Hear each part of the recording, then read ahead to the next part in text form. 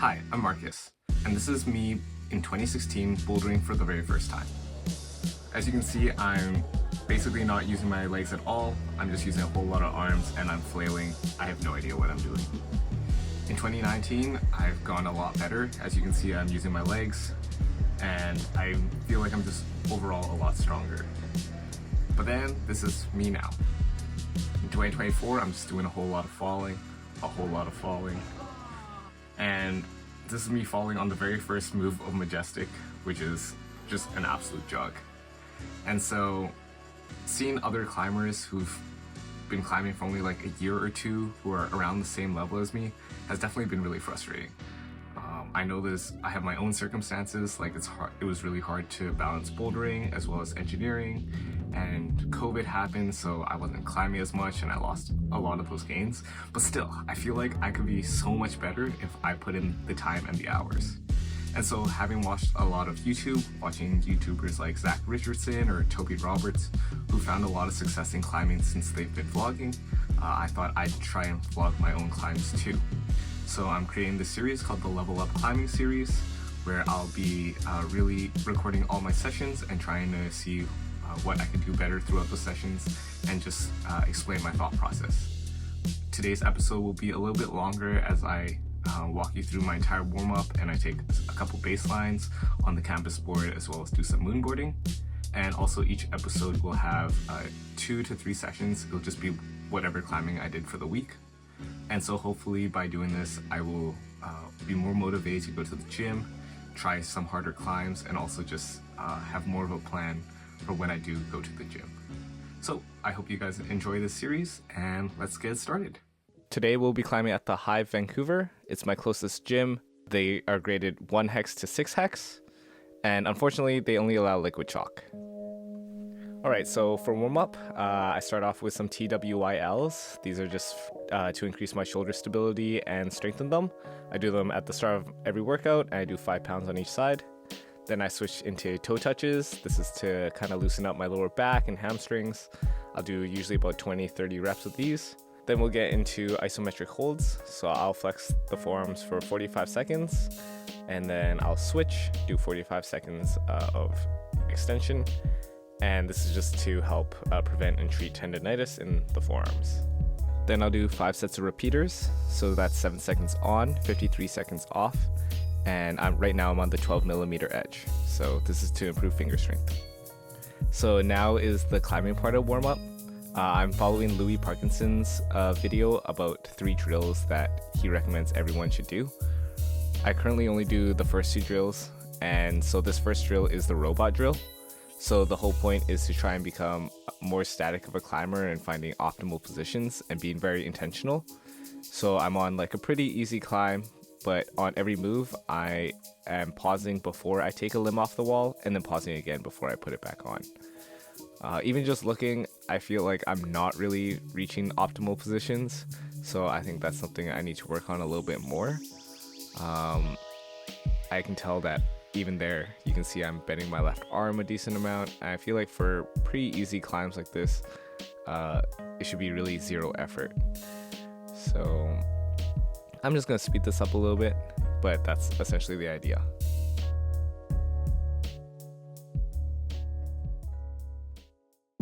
So this is the second drill from the Louis Parkinson video. I'm not sure what he calls it, but I like to call it elimination, because I think it's a fun play on words. But essentially, you climb a kind of interesting climb. Should be pretty easy, but you climb it a total of 4 times, and each time you're not allowed to use one of your limbs. It's probably one of my favorite drills, and here you can see I'm trying to climb without my right leg, and luckily I managed to do the climb. But each time you do it, it's pretty difficult. And it's really focusing on being a lot more dynamic. You can see I swing my leg there to really make that finish. And it can be pretty difficult. You can see here I'm trying it without my left leg. I definitely make the wrong move there. But once I hit this, it's honestly not too bad. Just focusing on being pretty dynamic, using a lot of arms. But yeah, I really like this drill. It's probably one of my favorite drills. I'll probably be keeping my elimination warm-up in pretty much all my videos coming up, just because they're really fun and usually pretty interesting. Now, doing it with only one arm was really difficult. You can see here I'm trying to climb without my left arm, and I just cannot stick this to save my life. I try with my left arm instead. Just nothing's really sticking. Eventually I do stick it with the left arm, but I really think this is just above my pay grade. I think I picked something a little too difficult, so we just moved on. So once I finish those 2 drills, I'll usually switch into more climbing. I'll either pick a project or I will work on whatever the new set is. So here I am just trying the new set. The first 2 were pretty easy. This one I thought was a dyno at first, but I realized I actually have to just move to the one on the right. And from here it's honestly pretty easy as well, so I'll just speed that up. I got to this blue one. It's a 4 hex. I think it might be doable. This move was just pretty difficult. I gave it another try after, but didn't really spark joy, so we moved on. So this pink 5 hex is a climb that I've been working on for the last couple sessions. I haven't seen anyone besides my brother do it, but I didn't necessarily think it was too difficult. I was pretty confident that this was going to be within my range. It's a little burly, but I feel like I'm strong enough. But this next move is what I think is the crux, moving to the penultimate hold. The right hand here is not very good, and I can't find a way to get that left foot to that left foot hold. You can see I'm struggling there. The way my brother does it is he rotates his knee inwards, so external hip rotation, and I realized that I think that's something that I'm quite poor at, so I'm going to add that to the list of things that I can improve on in the future and just areas of focus for me. So this 3 hex dyno is one that I gave up on a while ago, but my friend decided to try it with me, which gave me some inspiration. So what I noticed on this attempt is you see my left foot is still on the hold. So after that I'm focusing on actually transferring the weight to my right and really trying to switch the feet.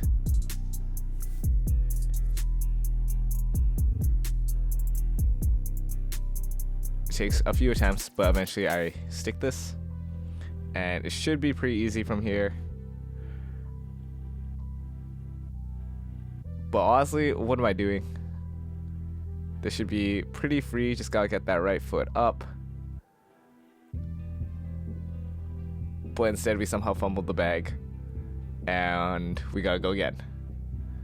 So we make this move pretty smoothly, and this time it's smooth sailing.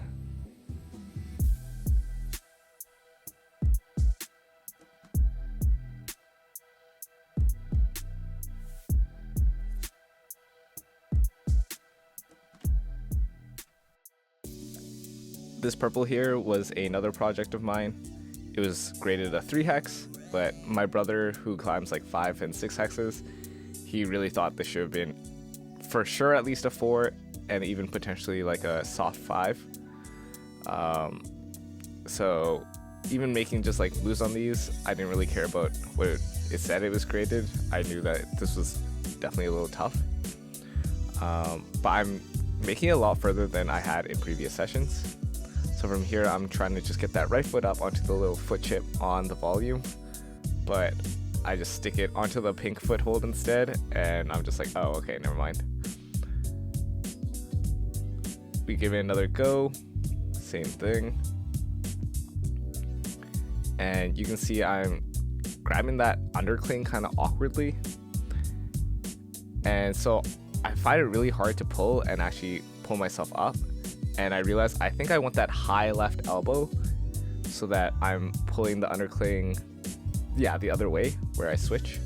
So that's kind of my focus on this next go. And I never really talked about it, but even this first move, I'm in a pretty hard guest on there. For a 3, I thought this was just really burly. And that left hand crimp, I was pretty happy to have even been able to reach. So overall, just really happy to have been making so many good moves on this climb. So here you can see I'm focusing on trying to find a way to get that high left elbow now. Yeah, and once I switch into that, I can really press on that right arm and force myself to stand up a bit more. And so once I'm able to stand up here, I feel like I can really weight the 2 feet, switch over to the left, and from here I know exactly what to do and the finish isn't too hard. But I felt really happy to have been able to send this. I'd been working on it for a while and it seemed impossible. So I thought I'd test my campus board as a baseline. So on the right I go to 1.4. On the left here I make it to 1.3.5. And this way I can look back in the future and see if my campus has gone any better. I literally never touched this thing. So here I pull off the 1.35, nothing crazy. And with the other hand, I hit 1.3.4.5. So not amazing, but I'm not too mad about it. So then I start a moonboard session. I literally never moonboard. This is my second session moonboarding literally ever. And I've already made quite a bit of progress from my last session, as I couldn't even stick the second move before without accidentally cutting feet. I gave it about 3 tries, but by then I'm pretty tired, I'm pretty worn out. It's been a long session. I thought I'd have a longer session just to get a bunch of baselines down and kind of get used to filming in the gym. But yeah, in the future I don't think I'll be moonboarding and campus boarding and doing everything else all in one. So I'm thinking I'll probably moonboard on one day and probably not really ever campus. I'll just use that kind of as a baseline. So for my second session, I'm at Hive Surrey. This is one of my favorite locations. They allow powder chalk, so not liquid chalk only. It's a lot more spacious. And I feel like the climbs are usually pretty interesting. So one warm-up difference between Surrey and Vancouver is I'll usually get on the rowing machine here for either 2.5 minutes or 5 minutes. And I'll usually really push the last 30 seconds going all out. I find it just really boosts my heart rate and I climb so much better. So here I'm doing the robot drill again to start off my warm-up. I'm on a pretty easy 1 hex, but it's pretty overhung. I'm trying to focus on keeping my arms more straight and finding those optimal positions. Here on this yellow one, it's pretty much the same thing. It was a little bit trickier than I was anticipating, but still not too hard. I'm realizing that, yeah, I just need to focus, I think, more on smearing and flagging opposed to always looking for footholds. And I'll just speed that up. So for elimination, I was really happy with this black 2 hex that I picked. This is like, to me, a prime elimination type climb. So here I'm not using my left leg, but I felt like all the moves were like a little challenging. Like here it was pretty hard to keep my left leg off the wall. And there's just a wide variety of moves. Like the beginning's fairly straightforward, it's just going up. But here moving to the left is like, I still have to be pretty dynamic to hit that left hold there. And even here, like I'm using the volume just to kind of push myself up. And I'm using my leg to generate a bit of momentum there. And that's a finish for no right leg. No left arm was a lot of fun too. Again, pretty straightforward for the beginning. Really focusing on using my momentum there and being able to switch the feet there, I was really happy with. This part I was trying to figure out if I could do statically. That's another thing I really like about this drill is you can try and be a little creative sometimes. Looking for this like high foot, seeing if I can get anything going. But eventually I just decided, no, I'm just gonna send it. Force myself to be a little dynamic, and luckily I catch it, stop myself from barn dooring. Here I wasn't sure how to make this move. Again, I thought I could probably static it. I'm going for this like knee bar type thing. Eventually I just send it and switch the feet there, and that's a send. No right hand was pretty similar. but obviously it has its own unique challenges. So one key thing here was making sure I went to that this bottom jug that I'm holding before moving and transitioning to this higher left hold that I'm on.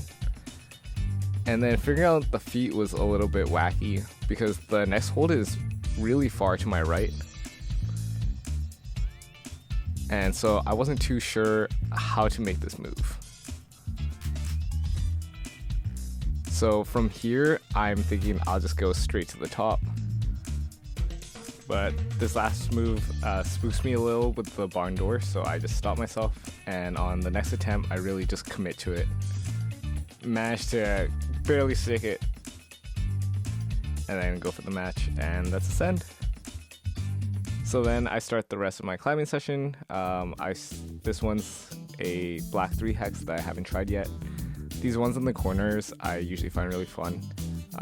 Just being able to like press yourself and fit within the box. These moves were pretty easy to begin with. Even just looking at it when I was reading the beta, it pretty much just looked like the dyno at the end was gonna be the struggle. So I'm trying to decide if I keep the left foot up, if I can static it, or if I jump from down here. And I end up trying to do both, but on this next attempt, it's an easy send. On this yellow one, this one's also pretty straightforward, honestly. I did think it was going to be a 3 hex because there definitely is some reading. And I think it's a little challenging for a 2 hex, but for the most part, it's pretty straightforward. Just going for a pretty bouncy, slabby climb, but for the most part, all the holds are really good. I was also, a little worried about this top hold, but it is a jug. But right here, I'm wondering if I can static it. I do go dynamically, but I just don't commit, and so that should have been an easy send. I just try again, commit this time. Pretty easy, though I did have to stop myself with the wall. This was a blue 4 hex. It looked pretty interesting to me. The beta was not instantly obvious when I was trying to read it. And I was pretty unsure how to get to this next blue hold. Take some time to look at it again. And I'm pretty sure that at this point this is the beta, so I just try and go and stick it. Once I hit the stick, I really thought it would be pretty easy from here. But again, I just was very unsure about what I was supposed to do here. So, just taking my time.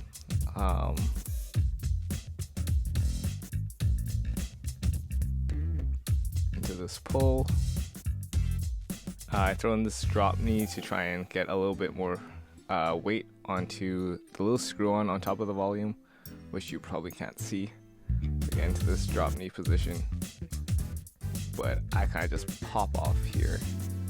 Yeah.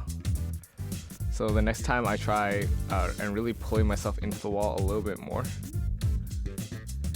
trying to establish that drop knee, and I put a lot more effort into this because I felt like for sure I could stick it.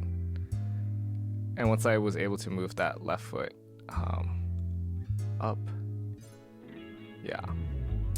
once I was able to hit this move, playing the left foot on the screw hold, I knew I was going to send it.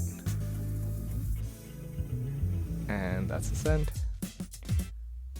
This orange one, I had a lot of trouble reading as well. Luckily, I saw someone try it right before this attempt. So I thought the beta was amazing. I still don't understand what that far right orange hold is for, whether or not this is a beta break or if this was the intended beta.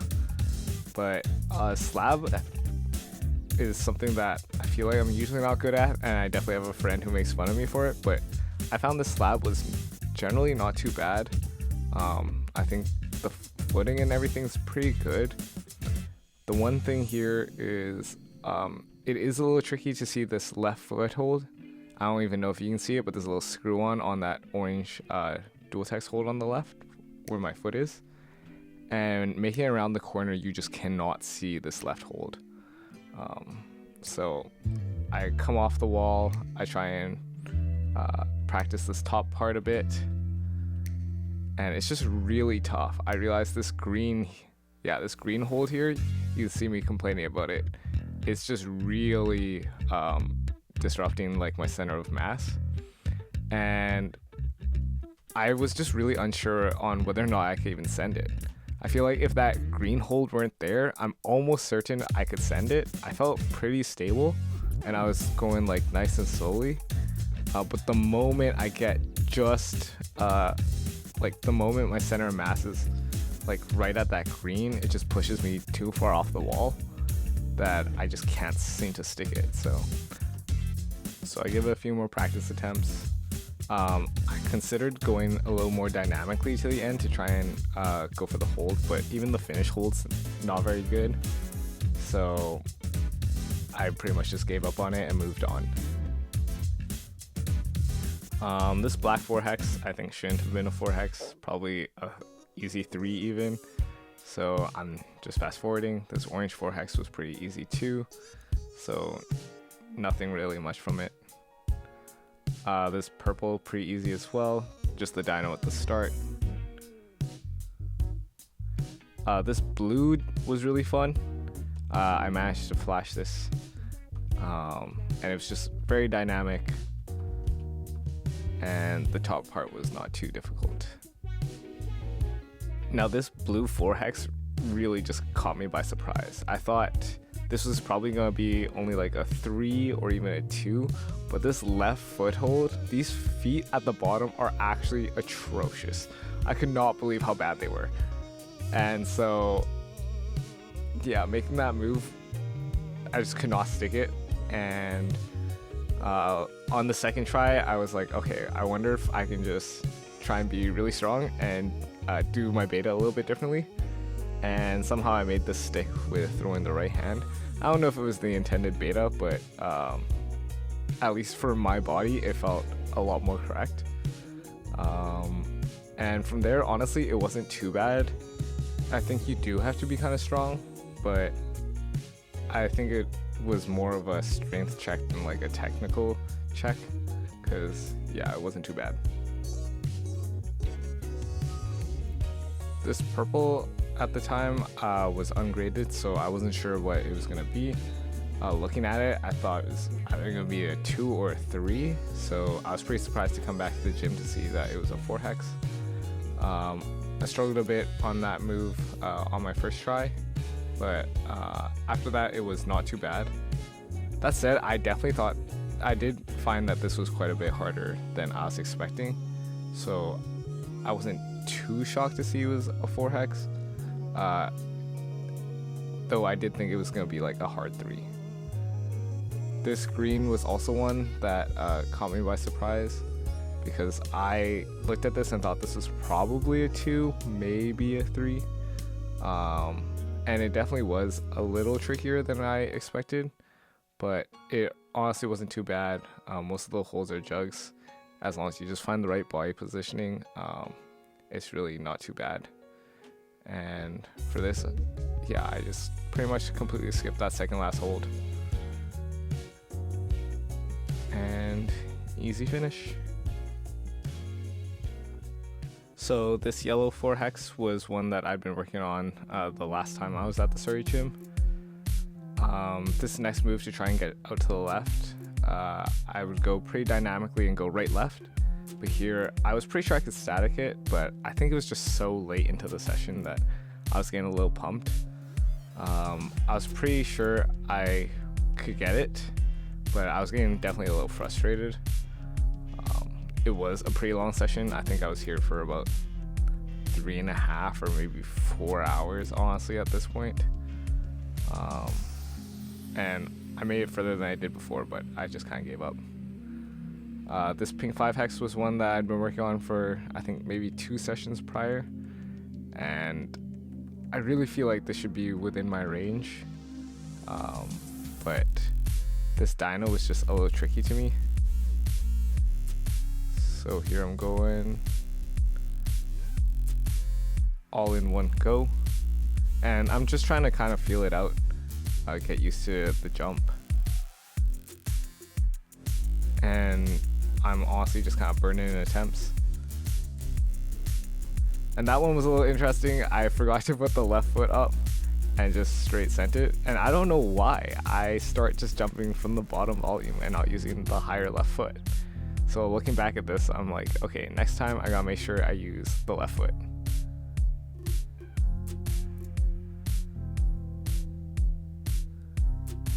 For a second here, I try thinking about going with my right foot, but yeah.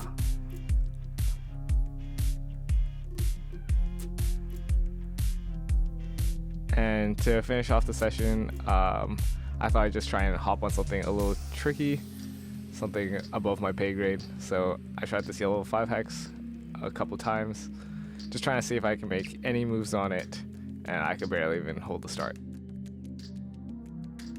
So yep, that's the end of this episode. As I said, in the future, I'll try and condense it down a little more by not including my warm-up and certain climbs. Hopefully you guys enjoyed.